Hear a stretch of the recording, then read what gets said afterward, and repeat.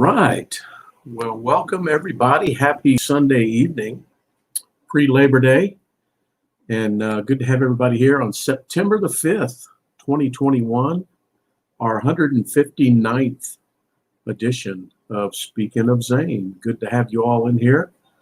Lori is in here, just down the hallway from me. Ken's in here. Steve Shirley's in here. Steve, to have you back. I know you had to miss a couple weeks. You had, I think you had date night last week. And Brenda Lusk is in there. Hello, Brenda. How are you? There's my friend Daryl up near St. Louis. Daryl, you made it home from church in time. Good to see you in there. There's my cousin Toby. Hey, Toby, good to see you. All right, I know we'll have some others join along the way for Speaking of Zane, and you probably noticed I got the stream fixed with Facebook. So the StreamYard application, which allows me to feed to the various Facebook pages as well as YouTube, took a hit when I got locked out of Facebook there for those 2 weeks. I had to reestablish all the connections and everything that have to happen. And anyway, it's back. So hopefully everybody is connecting in whichever manner is the best for them. I know Facebook is easy because you get the notification and the different things. So good to have that taken care of. There's my Aunt Mary. Hey, Aunt Mary, down in Ocilla, Georgia. All right. Wow, let's see. What do we got going on this week? Lori had surgery on her hand last week. I mentioned that last Sunday night.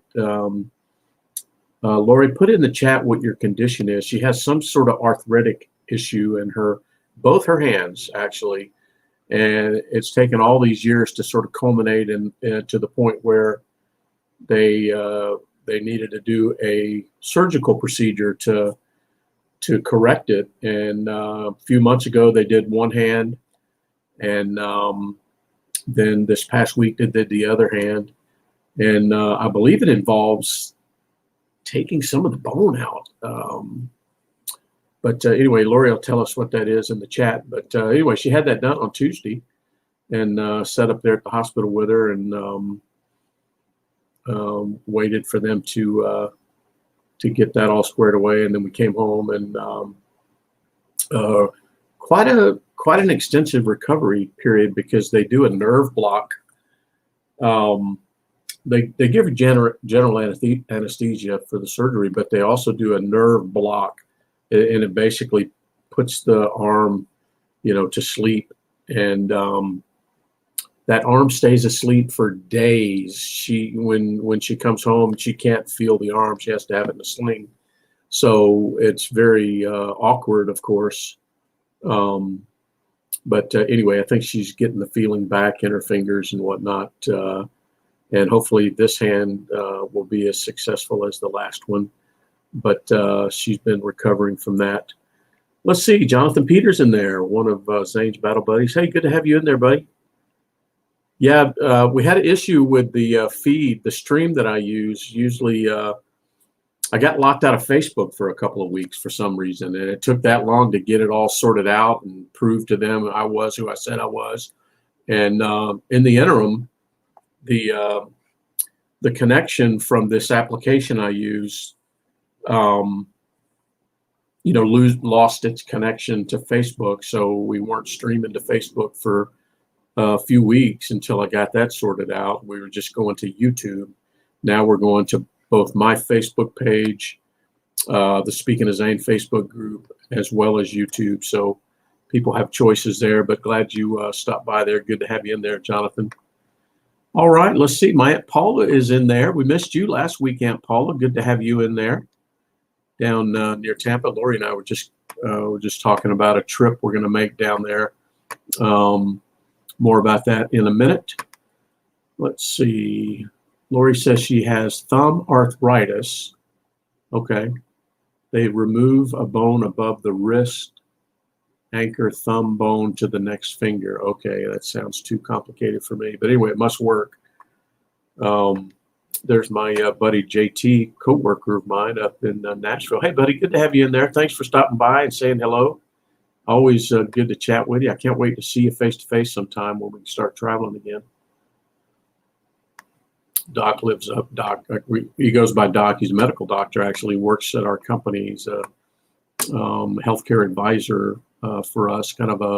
He's this interesting cross between a medical doctor and a technologist, and a dang good one too. And we're fortunate to have him at the company. He lives in Nashville, but he's from Georgia, actually.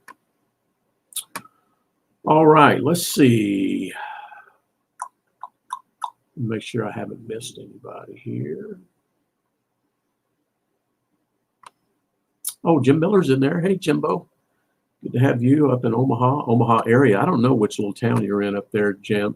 We just call it Omaha, right? But it could be Papillion, La Vista, Ralston. You never know.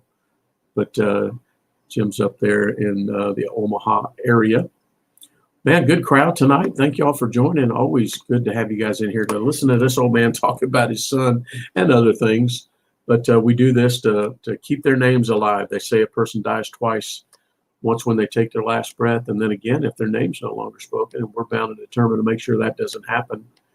And there's a bunch of new families that are probably thinking the same thing now, the 13 that we lost in Afghanistan a couple weeks ago, and then the 5 that we lost off the USS Abraham Lincoln this past week. More about them in a minute. All right, well, let's see. Labor Day tomorrow, so hopefully everybody is relaxing and have some plans tomorrow just to kick back and take advantage of an extra day off. And the hat of the week. So what's the hat of the week? The hat of the week, hat of the week, hat of the week this week has something to do with this week in military history. In fact, I'll go ahead and tell you, on September the 3rd, 1777, September 3rd, 1777, that was the first day that the American flag was ever flown. That was the first day. So consequently, the American flag, Old Glory here on my Velcro hat, is the hat of the week. And incidentally, the American flag patch there is one that I used to wear on my flight suit, actually. And so that's the hat of the week. All right. Well, let's see. Speaking of this week in military history, I got a couple items here. I owed you guys something. That I have, I've lived up to my piece of the bargain here. A couple weeks ago, August 17th, I called out the Battle of Gainesville. And Gainesville, Florida. So who knew there was any battles in Florida, especially inland like that? I had no idea. So this afternoon I spent a little time looking it up, and a very interesting story. You can go to, let me see if I've still got it. Yeah, let me show you here. Share that. You guys can go read it for yourself, but a very interesting Wikipedia entry on the Battle of Gainesville. I'll tell you a little bit about it here. Let me share.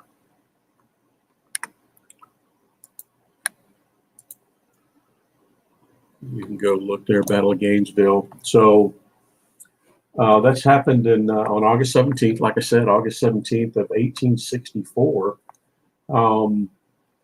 There was a group of Union soldiers that made their way over from Jacksonville.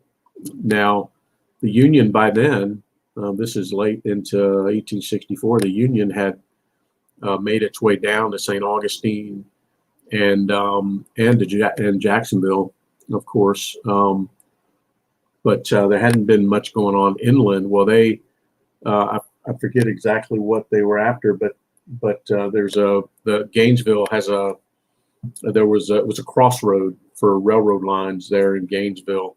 And that's what the Union soldiers, I guess, were after. And they sent couple 300 over there, and they got defeated by the Confederate soldiers that were there pretty handily. And as a result,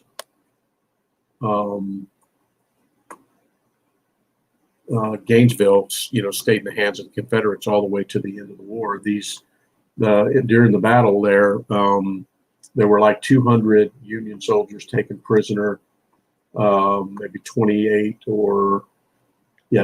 killed, 5 wounded, 86 went missing, 188 were captured, and they got some horses and howitzers. But the Confederates only had three killed, 5 wounded.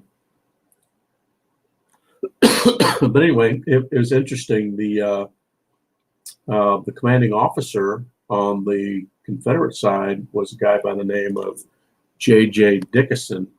J.J. Dickinson, and he went by the nickname Swamp Fox. And I guess it's because of being in Florida, but he went by Swamp Fox. Well, he has an interesting history too.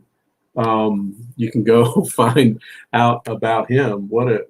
He was the commanding officer of the only Union maritime ship that was ever taken by a cavalry.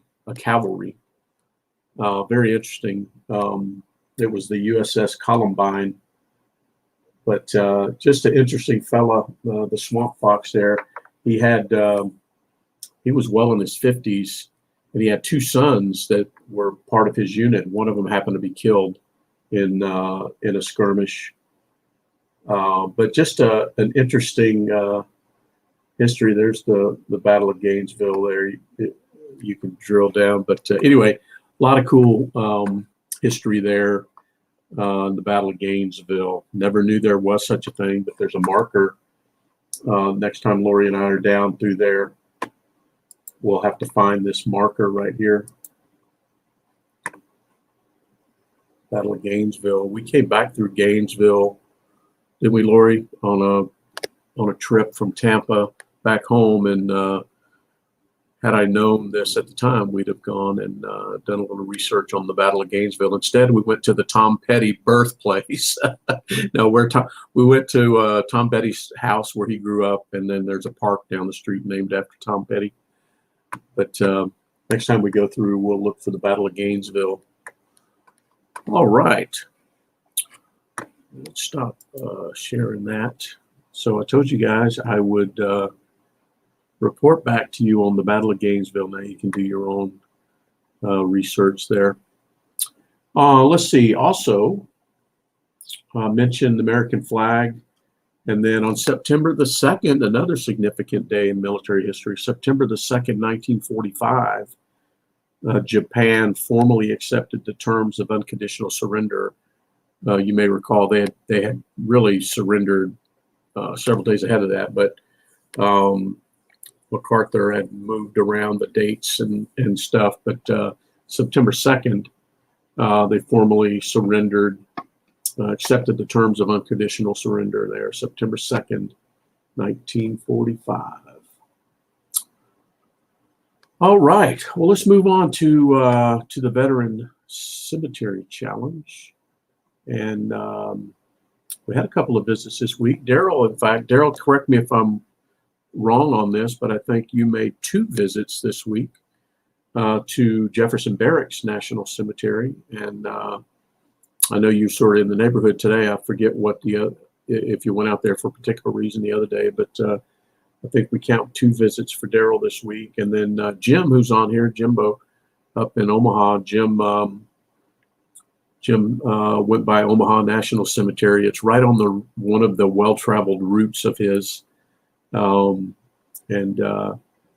He made a visit to Omaha National Cemetery. Always stops by and pays respect to our old buddy that we served with and flew with and knew for some almost 40 years, Todd Vanderwerk, and he passed away a couple years ago now. But as a side note for you Omahans, the Marine Corporal, I'm going to pull this up here so you can see Marine Corporal Dagan Page, who graduated from Millard South, I believe, and his family lives down at Beaver Lake. They finally got word when he will be returning home. And I don't know if you can read it there, but it looks like he will arrive this Friday, September the 10th at Epley. And then he will be buried at Omaha National Cemetery on September the 17th. So Friday, a week from Friday. So I know it will be, I know that there will be a lot of people there for sure. So Corporal Dagan Page there in the Omaha area.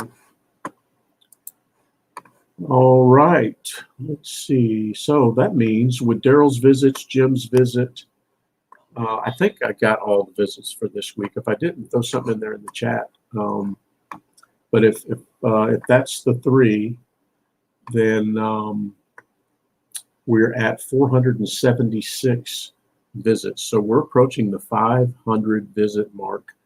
We got about 24 more visits to get to the 500 visit. We're going to be real close at hitting a couple of milestones with both of our challenges. We're getting close to 500 on the cemetery challenge, and we're getting close to 1,000 on the Thank a Vet challenge. Wow, how about that? We had quite a few this week. In fact, we're whittling down the on the way to 1,000. So this week, Jim, actually, when Jim made his trip to Offutt Air Force Base, he thanked two of the gate guards there. So you got two thank yous there. I thanked two at work, two new people that I had not met before that served. And then I thanked a vet at the hospital while I was waiting on Lori. So I got 3 thank yous in this week, as did Daryl. Daryl got 3 thank yous in this week. Daryl went to a really interesting event there in the St. Louis area with the locomotive called Big Boy, I think it is. It's some massive locomotive. Anyway, Daryl got a chance to see it, and that was the event that he got to thank some vets. And he posted a really good account of that. So if you want to go read about it, go to the Speaking of Zane Facebook group, and you can read about that. But good job, Daryl. And then Aunt Paula did, of course, Aunt Paula, always in our, always leading the pack on our Think a Vet challenge. On 4 different occasions this week, Aunt Paula thanked 2 Vietnam vets. She thanked a Navy vet. She thanked a Korean War vet. And then she thanked another Vietnam vets. So 2, 3, 4, 5 for Aunt Paula this week. Good job, Aunt Paula. And so if I total all those up, those are the ones I know of. There may be some others I have missed, but that puts us at 13 for the week, which takes our count to, drum roll, 988, 988, 988. So if my math is right, and I never was that good at math, I think we need about 12 more thank yous, and we'll push us to the 1,000 thank you mark. So good stuff there. Good stuff. Well, in striking range, that's for sure. So thank you guys for all playing along with us on that. And that's a lot of fun. Sure is. Okay. Yes, Lori, I think Lori's got something planned for the 1,000 mark. I don't even know what it is. But now she knows she needs to have it ready for next week, because 12, I mean, Aunt Paula can get 12 thank yous in her sleep every week. So we got to be ready for next week, because 12 is certainly within striking distance. That's for sure. Okay. Well, that's our 2 challenges. We've been doing those for anybody that's new listening in, or anybody that's watching the recording on YouTube or Facebook. We just along the way started a couple of different challenges. Lori and I, after Zane passed, we visit him pretty regular, and then when we started traveling a little bit on our way out to visit our daughter at Texas A&M, these national cemetery signs along the highway caught our eye, and we that was the moment that we started, purposefully visiting cemeteries, and now we can't stop. and we enlisted you guys to participate with us, and we call it a challenge. And over the course of that time, I guess this would have been, let's see, we started the Thank a Vet Challenge in 2019. So the Veteran Cemetery Challenge would have been 2018. So we're coming up on 3 years, I think, for the Veteran Cemetery Challenge. But in that amount of time, we have visited, almost 500 different visits, unique visits, to 137 different veteran cemeteries all across the country, plus Normandy. And we keep a really cool map of that, so I can share it with people and show people. You can go look at that. But Lori and I, all of a sudden, obviously we had known about Arlington. Everybody does. I've been to Arlington before. I don't think up to the point where Zane died that I had ever been to, other than Arlington, another national cemetery. And once we started going, it was like, wow, these are sacred places. These places belong to us to honor those who served, gave a portion of their life to the country. Some gave their life for the country. And now we just can't help ourselves to visit them and honor those that rest there and share that with other people. Anyway, that's how that one got started. And then the Thank a Vet Challenge got started innocently. Lori and I, again, this says a Texas A&M connection. We were flying back from Texas once, and saw a Vietnam vet in the airport there, and just stopped and started a conversation. And then I said, man, this would be pretty cool if we do this regularly and keep track of it. And that's when we started the Thank a Vet Challenge. That would have been like May of 2019. And, look where we're at now, almost 1,000 people, 1,000 different interactions where a veteran has heard from somebody, thank you, I appreciate you. And that in my book is worth it. And that's how those two things got started. So we track and chronicle those each week. And then some of you do such a great job of describing your interactions on the Facebook group, and I love reading them. Let's see, Daryl says, we've not received information as to when Lance Corporal Jared Schmidt will return to our area or his funeral arrangements. Yeah, he was from just west of St. Louis. What was the town there, Daryl? I can't remember which town, but yeah, of course, like any big city, there's a lot of satellite towns all around it. But Lance Corporal Schmitz was from the St. Louis area. Yeah, Daryl, let's keep an eye on that, and certainly if he's perhaps if he is buried at Jefferson Barracks, you can be our on-site liaison there. They don't have to be buried in a national cemetery, but Wentzville, yeah, Wentzville. Okay. All right. Well, thank you for that info, Daryl. I know that I don't know that any of the 13, if there's been a funeral held yet, I haven't seen, but I know that the plans are being made now. It's just sad. Okay, well, let's move on to the organizations. And some of this will tie back to a couple of things, but we chronicle anytime that we hear about, see, or involved in, or somebody's recommended to us, or whatever, some organization that does good work for veterans, military members, their families, wounded warriors, etc. And we just kind of share that with each other, and that's our segment on organizations. And I don't know if Matt and Katie are in here tonight, but Matt just raised over $1,000 for the Mission 22. Mission 22. He ran a bunch of miles over some period of time and had a goal of $1,000, and I think it exceeded that. And that goes to Mission 22, and their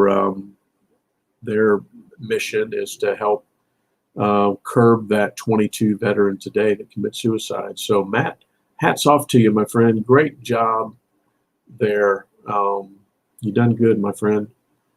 We've talked about Mission 22 before. I have them on my organization list, and I can't remember in what capacity one of us interacted with them, but great stuff there, Matt. And then you've heard Lori and I, you've heard me talk about a group called Carry the Load. Carry the Load. Lori and I had the opportunity to walk at Georgia National Cemetery with the group that was traveling the Southeast, carrying the load for those that have fallen. Just a great organization based in Dallas. And anyway, they're actively involved in 9/11 activities this year. And I posted this on the Speaking of Zane group, and I probably ought to do it again. But in fact, let me pull, see if I can find it here.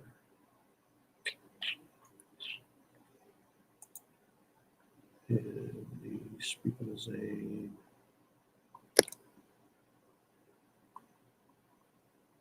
And I'll share this with you. Another opportunity for anybody that's looking for a way to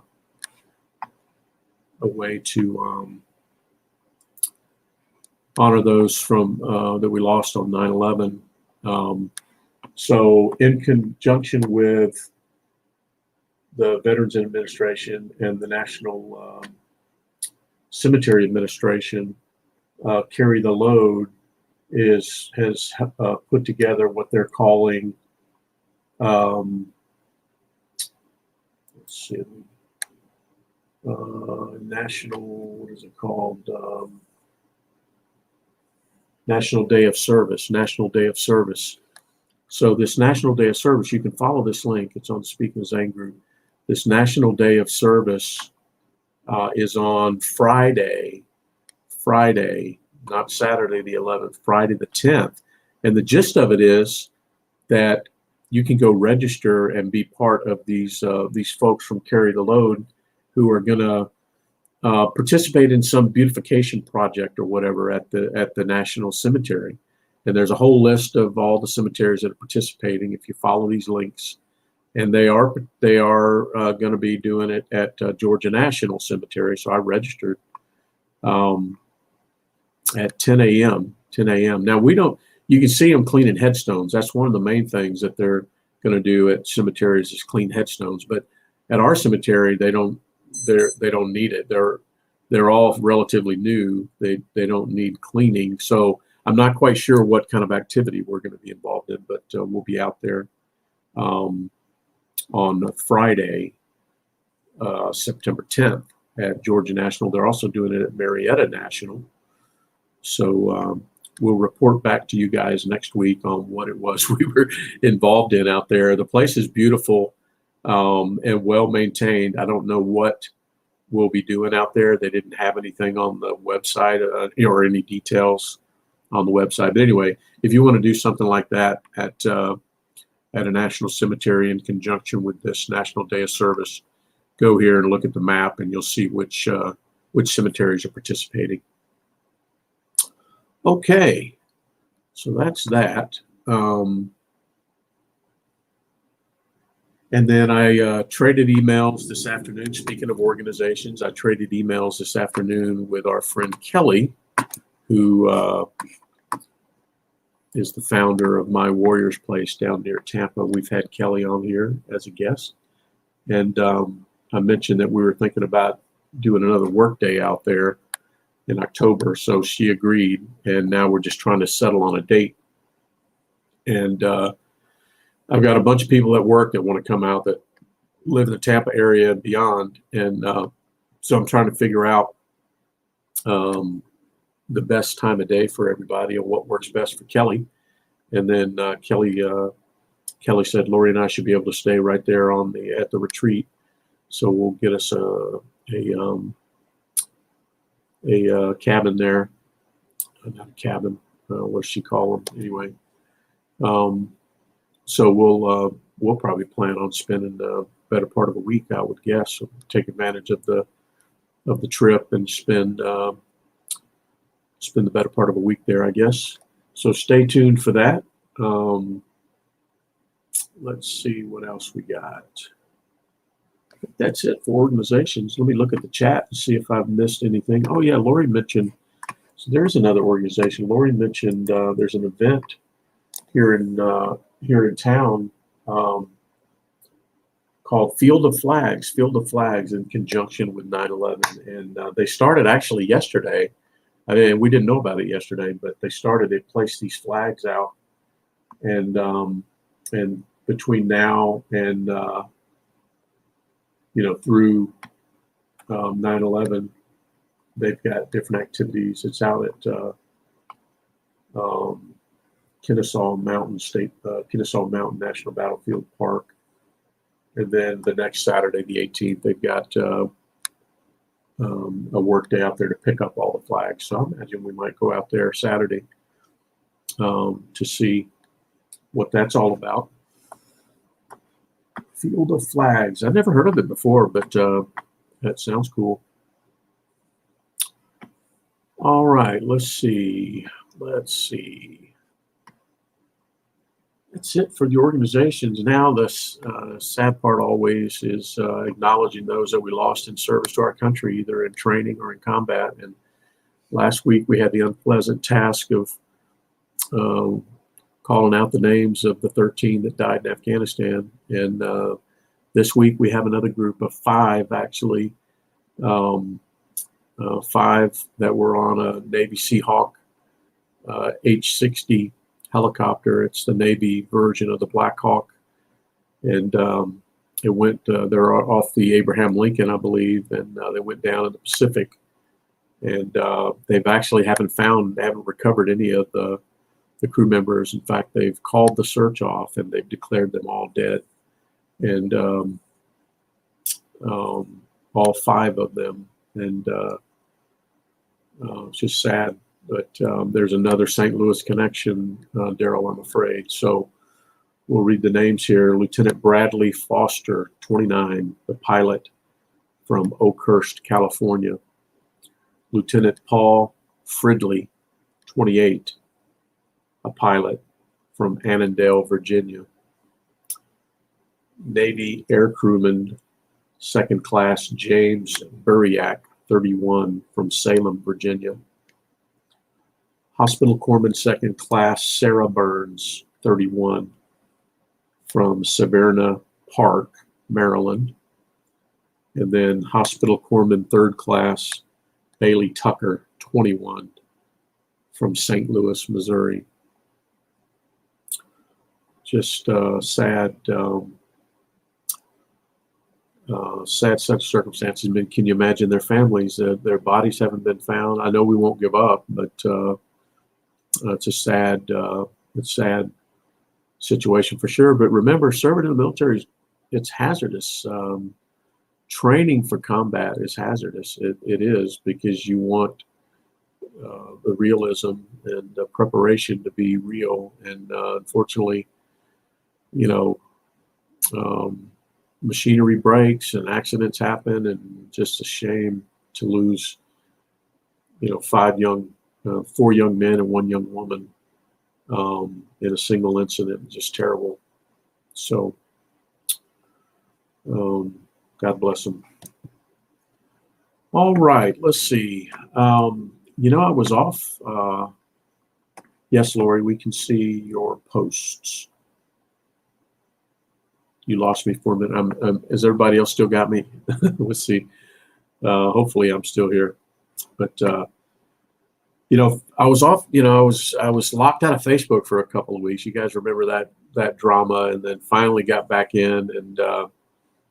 And before that, I had it had been a little bit before I had searched through any of Zane's Facebook posts. Remember, I've resisted the temptation just to sit down and go through all of his posts from the very first one to the very last one, and I just try to pace myself and discover a few nuggets here and there, and it's a treat to find something of his I hadn't seen before, and today I finally had a chance to go through and look at his Facebook, and found it interesting.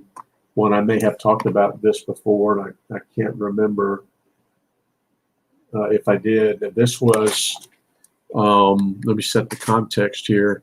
This post was made November the 12th of 2015. So we're just over 2 months away from his death. And he had gone through a real tough patch, and he was living with us at the time. And, I need to go back and look, but I was searching, trying to find something from 2015 in September. But you know what, Lori, there was a gap. There was a gap of him posting from about August 2nd to sometime in November. There was this gap, and I can't remember what was going on in that window of time.